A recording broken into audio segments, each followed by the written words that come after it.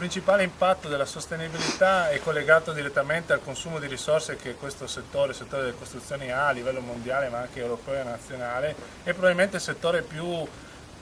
responsabile del consumo di risorse. Pensiamo che solo di materie prime parliamo di 3 miliardi di tonnellate all'anno, pari al circa 40-45% dei flussi mondiali di risorse.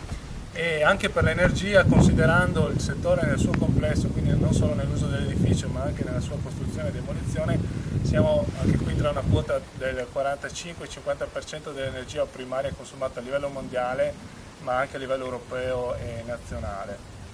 In un scenario in cui, tra l'altro, lo sappiamo ormai bene, l'energia sarà sempre più costosa e sempre meno abbondante, quindi con un ulteriore impatto. L'altro aspetto rilevante è che ormai una serie di paesi ma anche di istituzioni come l'Unione Europea hanno già fissato gli obiettivi di sostenibilità che questo settore deve raggiungere. Per esempio vi è ormai una direttiva europea che al 2021 stabilisce che tutti i nuovi edifici costruiti in Europa dovranno avere un bilancio energetico praticamente nullo, come è per esempio questo edificio in cui ci troviamo, la nuova sede del Polins, un edificio che consuma circa un decimo della media del consumo degli edifici nazionali, che quindi si può produrre con fonti rinnovabili tutto il fabbisogno energetico proprio perché ha un'altissima efficienza energetica. Questi standard, ma anche le strategie, le mosse di nazioni leader come la Germania, ma in Italia pensiamo alla provincia di Bolzano, di Trento, stanno alzando di molto i livelli qualitativi, quindi il livello di competitività che un'impresa edile deve avere, facendo proprio leva sulla sostenibilità. Le due opzioni strategiche più rilevanti che ritengo utili sono da una parte la messa in piedi di un sistema integrato di costruzione, cioè di una filiera completa di attori, non solo l'impresa di costruzioni ma anche l'installatore, il fornitore, l'architetto, il progettista, che possano offrire al consumatore un prodotto unico, complesso,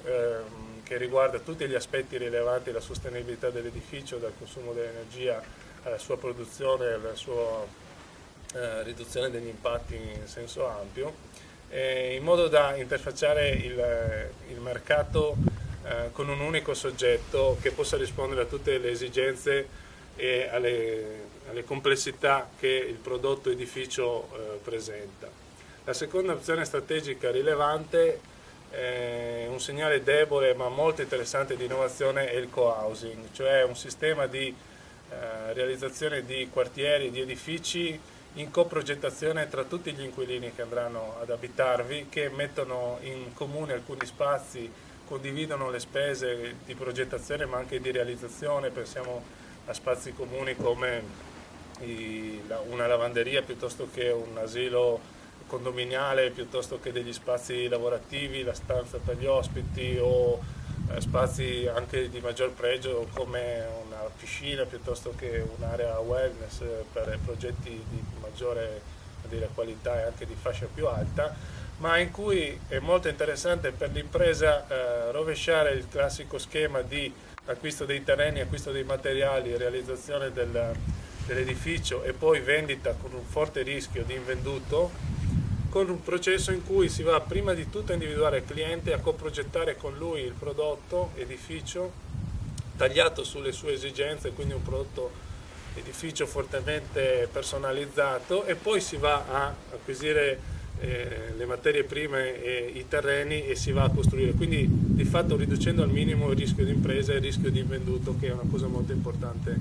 soprattutto in questa crisi congiunturale. L'interconnessione più importante è sicuramente quella con il turismo, per la possibilità di realizzare strutture ricettive sostenibili dal punto di vista del consumo di energia, della sua produzione, ma anche dell'uso dei materiali, della loro riciclabilità per esempio, che è una domanda di turismo sostenibile, come abbiamo visto e come sappiamo, sempre più in crescita, e che può dare la possibilità alle imprese edili di questo territorio di specializzarsi in un segmento ad alti tassi di crescita, caratterizzandosi quindi nelle competenze di costruzione ma anche di ristrutturazione di strutture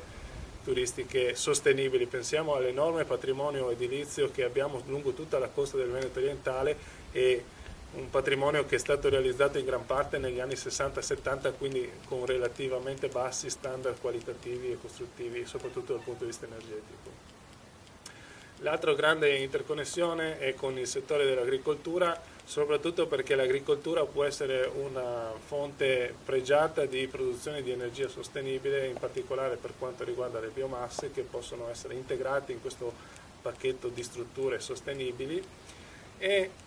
se non altro anche perché esiste un turismo rurale che ha bisogno anch'esso di strutture sostenibili, quindi c'è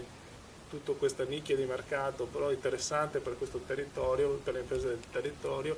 dell'edilizia rurale sostenibile. Pensiamo alla realizzazione di cantine a basso impatto ambientale in bioedilizia che sta iniziando a prendere piede anche in questa parte del Veneto.